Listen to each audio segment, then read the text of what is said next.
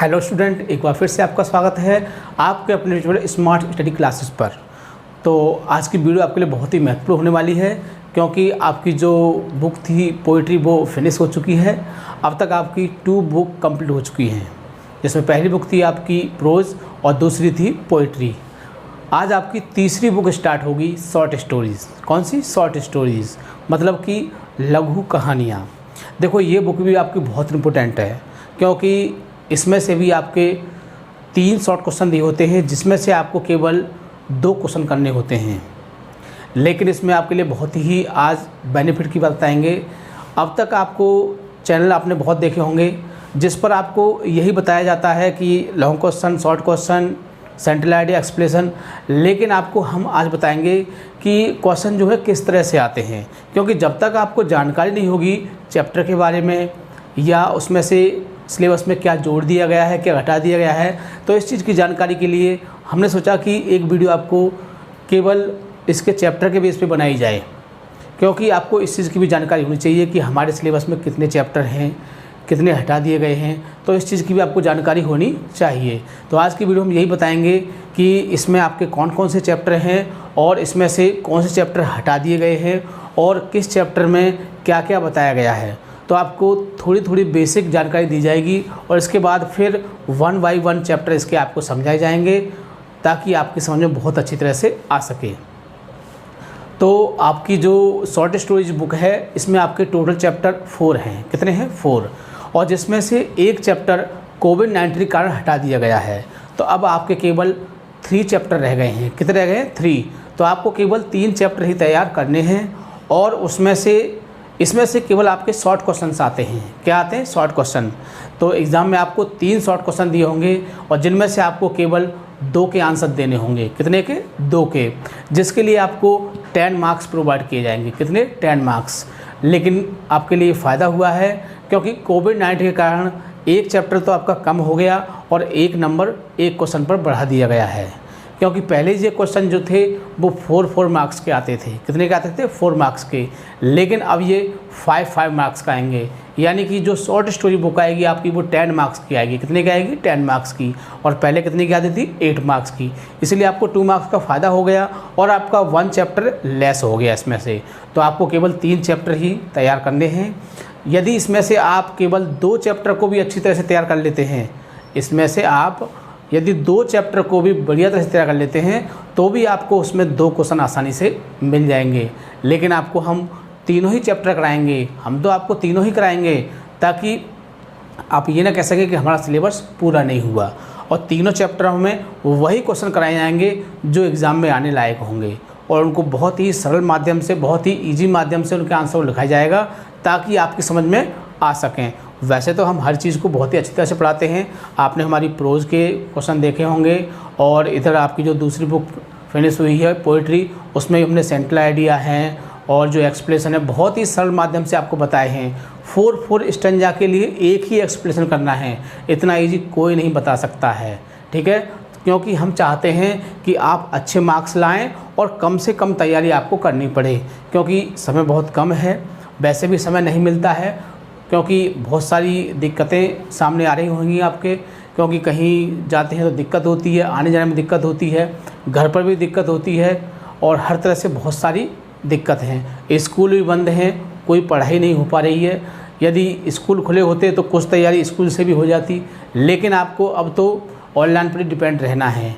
इसलिए हम आपको बहुत ही अच्छी तरह से, बहुत ही सरल माध्यम से, बहुत ही शॉर्ट तरीके से आपको हम क्वेश्चनों के आंसर प्रोवाइड करते हैं, ताकि आपकी समझ में बहुत अच्छी तरह से आ सकें और उन पर मार्क्स भी आपको पूरे के पूरे मिलेंगे। ऐसा नहीं है कि यदि आपने हमारा वाला आंसर लिखा है तो कम मार्क्स हो, नहीं, पूरे आंसर मिलेंगे, ऐसा कुछ नहीं है।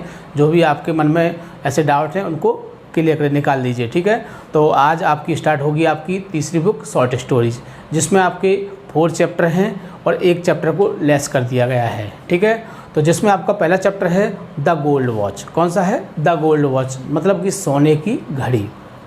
तो इस चैप्टर में बहुत ही अच्छी तरह से लेखक ने बताया है कि किस तरह से एक शंकु नाम का व्यक्ति था और वो बहुत ही गरीब था। उसके पास बच्चे थे, पत्नी थी, बच्चे अस्वस्थ थे पत्नी भी परेशान थी और उस पर बहुत से लोगों का कर्जा भी था। तो इस वजह से वो बहुत ही परेशान था, बहुत ही गरीब मजदूर था। वो एक फैक्ट्री में कार्य करता था जहाँ पर उसे 1 रुपया पर डे मिलता था। अब इतनी छोटी सी कमाई में घर का खर्चा कैसे चलाया जाएगा, लेकिन फिर भी बेचारा शंकु करता था और कम आमदनी के कारण उस पर बहुत सारा कर्जा भी हो चुका था। तो वो अपने कर्जे से मुक्त होना चाहता था। तो इस तरह की डिलेमा उसके सामने थी, बहुत सारी दुविधाएं उसके सामने थी कि कैसे इस परेशानी से दूर किया जाए। तो उसके माइंड में एक विचार आया कि उसकी जहाँ वो काम करता था तो उसका जो इंजीनियर था उसके पास एक सोने की घड़ी थी। तो शंकु ने सोचा कि इसकी घड़ी को चुरा के और उसे बेच दूंगा और सारे कर्जे से फ्री हो जाऊंगा। तो ऐसा उसने सोचा, घड़ी भी चुराई, लेकिन बाद में घड़ी वापस रख दी। इसको हम डिटेल में आपको कब बताएंगे, जब हम इस चैप्टर को आपको पढ़ाएंगे तो आपको पूरी तरह से इसकी हिंदी को समझाएंगे ताकि आपकी समझ में बहुत अच्छी तरह से आ सके। तो दूसरा चैप्टर आपका एन एस्ट्रोलॉजर डे, ज्योतिषी का एक दिन। इसमें क्या होता है, इसमें एक ज्योतिषी के बारे में बताया गया है, लेकिन वो रियल में ज्योतिषी नहीं था। वो किसी गांव में रहते थे, 2 व्यक्ति थे, आपस में मित्र थे, किसी गांव में रहते थे। तो दोनों में आपस में लड़ाई हो गई किसी महिला के ऊपर। तो वो क्या करते हैं, तो एक उनमें से दूसरे को मार के और कुएं में फेंक के चला जाता है और कहीं दूर जाके बस जाता है और वहाँ पर एक ज्योतिषी बन जाता है। और वहाँ पर ज्योतिषी बन के उसने ज्योतिषी के सारे नियम फॉलो किए, अपने बहुत अच्छी तरह से अपने को मेंटेन किया। सिर पर पगड़ी बांधता था किसी कलर की और गलमुच्छे थे, बहुत अच्छे, जैसे देखने में परफेक्ट एक ज्योतिषी लगता था। और वो उसका कार्य भी अच्छा चलता था, रोज़ बहुत अच्छी तरह से पैसे कमाता था। वहाँ पर उसने शादी भी कर ली और उसकी एक बेटी भी थी। लेकिन उसके माइंड में एक भ्रम था कि मैंने एक आदमी का खून कर दिया है। इस तरह से वो अपने आप को कोसता था। लेकिन एक दिन क्या घटना घटती है, ये चैप्टर का नाम है एन एस्ट्रोलॉजर, ज्योतिषी का एक दिन।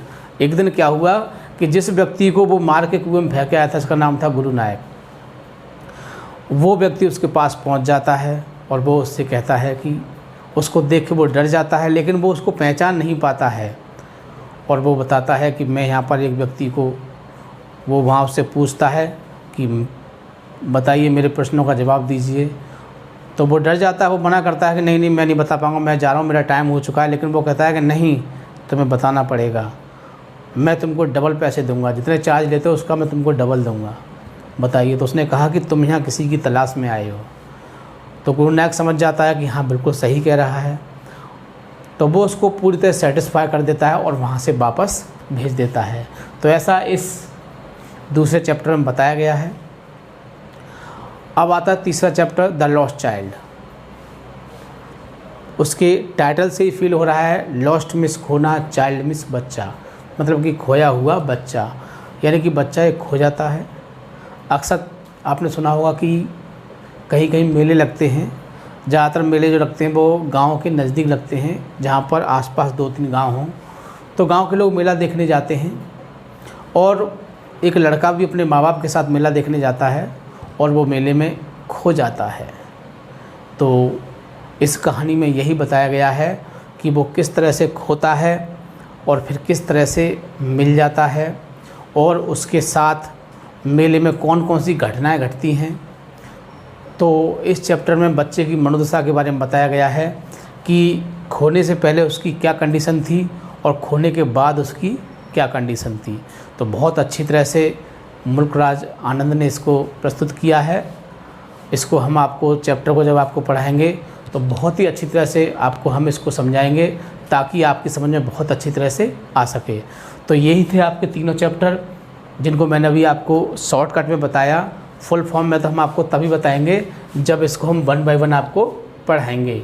तो इस तरह से देखिए, आज की वीडियो में हम ये डिस्कस करेंगे कि क्लास 12th इंग्लिश है और बुक आपकी 3rd स्टार्ट हो चुकी है, जिससे शॉर्ट स्टोरी से हम लघु कहानी कह सकते हैं। देखो चैप्टर आपके कौन कौन से हैं।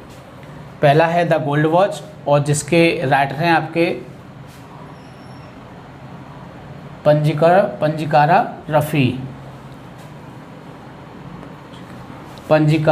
रफ़ी। और दूसरा चैप्टर है आपका इसमें एन एस्ट्रोलॉजर डे, मतलब कि ज्योतिषी का एक दिन, और जिसके आपके राइटर हैं आर के नारायण। कौन है? आर के नारायण। और तीसरा चैप्टर है आपका द लॉस्ट चाइल्ड, मतलब कि खोया हुआ बच्चा, और जिसके हैं आपके राइटर हैं आपके मुल्क राज आनंद। तो और चौथा चैप्टर जो है आपका द स्पेशल एक्सपीरियंस। देखो हमने यहाँ पर ये रेड में लिखा है, किस में लिखा है, रेड में लिखा है। तो रेड में लिखने का कारण हमारा क्या है कि ये चैप्टर आपके सिलेबस से हटा दिया गया है, जिसे प्रेमचंद ने लिखा था, एन स्पेशल एक्सपीरियंस। तो ये भी चैप्टर बहुत अच्छा था, बहुत अच्छी कहानी थी, लेकिन कोविड-19 के कारण इस चैप्टर को हटा दिया गया है, इसलिए हम इसको नहीं पढ़ाएंगे। यदि आपकी डिमांड होगी तो हम इसको आपको पढ़ा देंगे, वैसे हम इसको नहीं पढ़ाएंगे क्योंकि एग्ज़ाम में इसमें से कुछ भी नहीं आएगा। जो कुछ भी आएगा आपका 3 चैप्टर से ही आएगा। तो मान लीजिए आपका पहले चैप्टर से एक क्वेश्चन आएगा, दूसरे से आएगा एक, और एक तीसरे से आएगा। तो तीनों से एक एक क्वेश्चन ज़रूर आना चाहिए, जिससे कि आप एक एक क्वेश्चन उसको कर सकें। लेकिन आपको तो केवल इसमें 2 ही क्वेश्चन करने हैं। कितने करने हैं? 2 करने हैं, और आप कोई से भी 2 कर सकते हैं। और हम आपको वही क्वेश्चन लिखाएंगे जो एग्ज़ाम में आने के लायक होंगे, और उसमें से आपको 2 क्वेश्चन बहुत ही आसानी से मिल जाएंगे। वैसे तो आपको तीनों मिल जाएंगे, लेकिन आपको एग्ज़ाम में केवल आपको 2 ही करने हैं। और आपका जो आंसर हो वो 30 वर्ड से कम ना होना चाहिए, ना उससे ज़्यादा होना चाहिए, 30 वर्ड में होना चाहिए, जिसके लिए आपको 5 मार्क्स प्रोवाइड किए जाएंगे। देखो मैं इस क्वेश्चन के माध्यम से आपको समझा देता हूँ, ताकि एग्ज़ाम में ये क्वेश्चन ही आपको देखने को मिलेगा, जिससे आप पहचान सकते हो कि हमें कितना लिखना है, क्या लिखना है, क्या करना है। क्योंकि जब तक ये क्वेश्चन समझ में नहीं आता है, गलती अक्सर हो जाती है। तो इस क्वेश्चन को समझना बहुत ही ज़रूरी है। तो समझ लीजिए, देखिए इस क्वेश्चन को, आंसर मिस उत्तर 2, मतलब 2 के उत्तर दीजिए, ऑफ द फॉलोइंग, मतलब निम्नलिखित क्वेश्चंस, निम्नलिखित क्वेश्चनों में से 2 के आंसर दीजिए। अब निम्नलिखित में यहाँ पर होगा 1 2 3, आपको ये 3 क्वेश्चन दिए होंगे। उसमें कितने दिए होंगे? 3 क्वेश्चन, और आपको 3 में से कितने करने हैं? आपको 2 करने हैं। अब आप स्वतंत्र हो, इसमें पहला दूसरा कर दो, दूसरा तीसरा कर दो, तीसरा पहला कर दो, दूसरा तीसरा, कोई सा भी पहला तीसरा कर दो, आप स्वतंत्र हैं। आप वही क्वेश्चन करोगे जिसका आंसर आप बहुत ही अच्छी तरह से और सही सही साफ साफ आप लिख सकते हैं। ऐसे नहीं कि नहीं हम तो सीरीज नहीं छोड़ेंगे, हम तो इन दोनों को ही करेंगे, चाहे कुछ भी हो जाए, भले ही आ नहीं रहा है लेकिन फिर भी इन दोनों करेंगे, ऐसा नहीं है। जो आपको आए तीनों में से उन्हीं 2 को करोगे, ठीक है। जिसके लिए आपको देखो, पहले आपको ये पहले जो क्वेश्चन आते थे तो इसमें क्या आगे, is not more than 30 words each, मतलब कि प्रत्येक क्वेश्चन का आंसर 30 वर्ड से कम नहीं होना चाहिए। तो आंसर क्या है? 30 वर्ड से कम नहीं होना चाहिए। हम भी आपको आंसर लिखाएंगे 30 वर्ड के समथिंग ही लिखाएंगे। यदि किसी क्वेश्चन का आंसर कम होता है तो ये मत सोचना कि उस पर मार्क्स कम हो जाएंगे, नहीं, ऐसा कुछ नहीं है। क्योंकि कुछ क्वेश्चनों में क्या होता है कि कुछ छोटी बात पूछी जाती है, कुछ निश्चित बात पूछी जाती है, तो उसमें आप निश्चित ही आंसर लिखोगे, उसमें आप कुछ बढ़ा चढ़ा के नहीं कर सकते हो। यदि आपसे पूछे, मान लीजिए ऐसे पूछे जाए कि 2 और 2 कितने होते हैं, तो आप यही तो कहोगे कि 4 होते हैं। ऐसा तो नहीं कि आप उसको विस्तार से लिख दोगे, 3-4 लाइन उसमें भर दोगे, हो सकता है? नहीं हो सकता।